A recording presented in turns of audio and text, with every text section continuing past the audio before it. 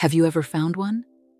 Tucked away in the back of a drawer or at the bottom of a cedar chest you haven't opened in years. An old photograph, not a digital one on a screen, but a real one. Paper with curled edges and that faint, sweet, chemical scent of time itself. You pick it up. The surface is smooth, perhaps a little faded, and there, staring back at you, is a younger version of yourself. Maybe you're 20, 30, 45. Your hair is different. Your clothes are a time capsule, but it's the eyes you notice most. Look at them. Really look. What do you see there? Hope, maybe. A little bit of fear. A whole universe of plans and dreams and anxieties that, from this side of time, feel almost touchingly simple. What you don't see is wisdom. Not the kind you have now. Not the kind that's been etched into your soul by decades of laughter and loss, of triumphs and detours. The person in that photograph did not know what you know now. They couldn't. It was impossible. And yet, how often do we hold that photograph in our hand or in our mind's eye and pass judgment? How often do we look at that younger, earnest, unknowing version of ourselves and whisper with the heavy weight of hindsight, "Oh, you fool, if only you knew." This conversation we're having today, you and I, is about that whisper. It's about the heavy cloak of knowing and the ghost of a past we can see with perfect clarity, but can never change. It's about the quiet, crucial, and deeply healing act of forgiving yourself for not knowing then what you only could have learned by living. This isn't a conversation about regret, not in the way we usually think of it. Regret is a sharp, punishing stone we carry in our pockets. This is something softer, more pervasive. It's the gentle ache of awareness. It's the thought that creeps in during a quiet moment. If I had known how fast the children would grow, I would have put down my work and just sat on the floor with them, breathing in the scent of their hair. If I had known that my body was a friend, not an enemy, I would have spoken to it with kindness. I would have moved it with joy instead of punishing it with exercise. If I had known that the career I was chasing wouldn't fill the hole in my heart, I might have taken that left turn, the one that led to the small town with the pottery studio and the quiet life. If I had known that their words weren't a reflection of my worth, I would have walked away years sooner. I wouldn't have spent so much energy trying to earn a love that was never truly mine to have. Do any of these sound familiar? They are the echoes from the courtroom of our own minds, where we, the wise, seasoned judge, put our younger self on the stand. And we prosecute them with evidence they never had access to.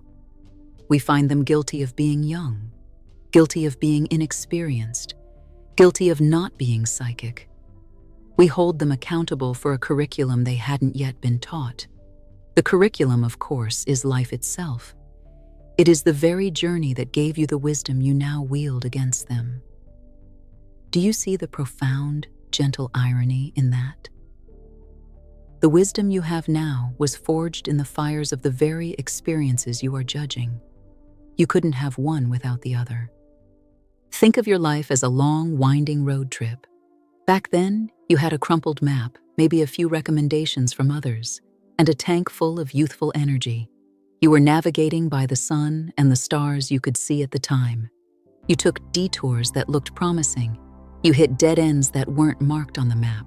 You drove through storms you couldn't have predicted. You did the absolute best you could with the view through your own windshield at that exact moment in time. Now, today, you are standing on a high mountain, looking down at the entire road. You can see every twist and turn. You see the shortcuts you missed. You see the dangerous cliffs you veered away from just in time. You see the beautiful scenic routes you bypassed for the highway. From this vantage point, the path looks so obvious, so clear. But you are not being fair to the driver. You are forgetting what it felt like to be behind that wheel, with the limited view, the unreliable map, and the uncertain destination. That driver wasn't foolish. That driver was an adventurer. That driver was a survivor. That driver was you, and they did the hard, uncertain work of getting you to the summit where you now stand. When was the last time you offered that driver, that younger you, a moment of grace? Not a pardon, which implies guilt, but grace, acknowledgement, compassion. What would it feel like right now to just let that part of you off the hook, to release them from the burden of your current knowledge? Because here is a deep spiritual truth. Every decision you have ever made was the correct decision at the time, based on the awareness, understanding, and emotional capacity you had in that moment. It was the only decision you could have made. To believe otherwise is to imagine a version of you that did not exist. You are allowed to have been a work in progress. In fact, you were required to be. That is the nature of being human. A tree does not apologize for its gnarled branches, the ones that twisted to find the sun after a harsh winter. Those branches are not mistakes. They are the story of its resilience. Your past decisions are not mistakes. They are the rings inside of you that tell the story of your own survival, your own reaching for the light. Let's think about parenting for a moment. It is, perhaps, the place where this feeling of, if only I'd known, is the sharpest. We see new ways of thinking, of speaking to children, of understanding their emotional worlds, and it can feel like a dagger to the heart. We might think, I was too strict, or I was too lenient, or I didn't listen enough. But look back at that younger parent. See them. They were likely operating from the blueprint they were given. They were managing fears and pressures you can now see with clarity. They were tired. They were doing their best to keep their children safe and to prepare them for a world that they understood then. They gave the love they knew how to give. And that love, however imperfectly expressed, was the seed. And look at the garden that grew. It may have weeds, it may have unexpected blossoms, but it grew. It is alive. You cannot go back and replant the seeds, but you can tend the garden as it is today, with all the love and wisdom you now possess. You can bless the path behind you without needing to walk it again. Let that sink in. You can look back at the road, at the person who walked it, and you can bless it. You can say, thank you. Thank you for the lessons. Thank you for the strength it took. Thank you for not giving up. Thank you for getting me here. Blessing it doesn't mean you would choose it again. It means you accept it as the holy, unchangeable ground that your present life is built upon. What if we were to try a small, gentle practice together? It's just an invitation. If it doesn't feel right, you can just listen. If it does, find a quiet moment later today. You don't need anything special, just a piece of paper and a pen. Or you can simply do this in your heart. I want you to bring to mind that younger version of you, the one from the photograph, the one standing at a crossroads you remember well. Maybe they are 20, deciding on a marriage. Maybe they are 40, deciding on a career change. Maybe they are 50, dealing with an aging parent and not knowing how to handle it. See them clearly. Feel their anxiety, their hope, their confusion. They are trying so hard, and now I want you to write a short letter to them, or just speak the words aloud in a quiet room. Start with acknowledgement. I see you. I see you standing there in that moment. I remember how it felt. I see how much you were trying to do the right thing. Then, offer the forgiveness. This is the heart of it. Be specific and be gentle. I forgive you for not knowing that this person would not be able to love you in the way you deserved. You were hoping for the best. You were brave to love it all. I forgive you for taking that job. You were trying to create security for your family. You were doing what you thought was responsible. I forgive you for not knowing it would drain your spirit. I forgive you for the harsh words you said. You were scared. You were in pain. You didn't have the tools then to express your fear in a softer way. I forgive you for not knowing what you know now. Say that line. I forgive you for not knowing then what I know now. Feel the space that opens up in your chest as you say it. And then, a crucial final step. Offer gratitude. Thank you.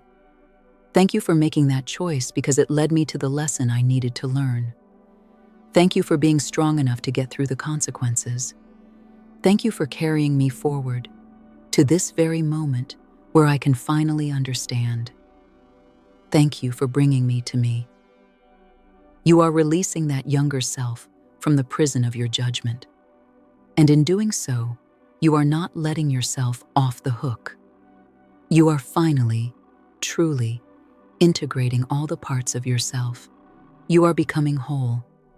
The past is no longer an adversary. It is an ancestor. It is a part of your lineage. The truth is, the person you are today is magnificent. You are a library of experiences, a tapestry woven with threads of every color. The dark threads do not detract from the beauty of the tapestry. They are what give the bright threads their brilliance. The resilience, the compassion, the humor, the deep, quiet knowing you possess, none of it would exist without the not knowing of your past. Your younger self didn't fail you. They prepared you. They walked through the fire so you could learn the nature of heat. They stumbled in the dark so you could learn to appreciate the dawn. They were not a lesser version of you. They were the seed from which you, the mighty, beautiful, weathered tree, have grown. So, the next time you find an old photograph or a memory drifts into your mind unbidden, try a different response. Look at that younger you, with all their earnest, misplaced certainty and their beautiful, aching vulnerability, and smile. Give them a nod of profound respect, of deep and gentle camaraderie, and whisper something new. Well done, you did it. You got us here. Because the story of your life is not a list of corrections you would make if you could go back. The story is the breathtaking, improbable, and sacred journey of becoming. It's the story of how a person who didn't know then became the wise and wonderful person who knows now. And that person is you, fully and completely. It's safe to be proud of the entire journey now. It's safe to come home to yourself.